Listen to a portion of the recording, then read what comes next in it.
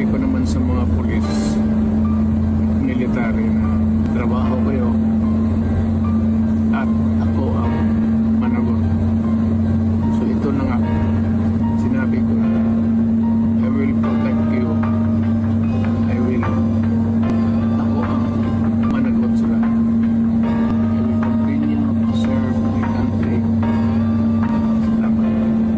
Nakakasawa na talaga ang maging Pilipino sa bayang lugar ng pinakamaduming politiko. Hindi mo alam kung sino ang tunay na kalaban, yung pangulong gumawa ng tama ba ang parusahan o dapat kayong inaabuso ang kapangyarihan. Mga sakim at magnanakaw sa kaban ng bayan, ginagawang mangmangang lahat ng mamamayan. Sunod-sunuran na sa ibang lahi, tama pa ba yan? Meron bang naging pangulong hindi pa nakakasuhan? Pag natapos na ang termino, laging may kasalanan. Di ba wala kasi sa Pilipinas lang ganon ang nagparanas lang ng pagbabago. Si Tatay Digong kasalanan ng iba pero siya lamang ang umako. Para sa mga pulis tinupad niya kanyang pangako. Gawin niyo ang trabaho niyo, siya ang mananagot. Hanggang sa huli ay pinagtanggol niya pa rin kayo. Pagmamahal niya sa bayan, bukod tanging totoo, siya lang may malasakit sa bansa na naging pangulo. Katahimikan ang gusto para lang ligtas kayo. Pag may mga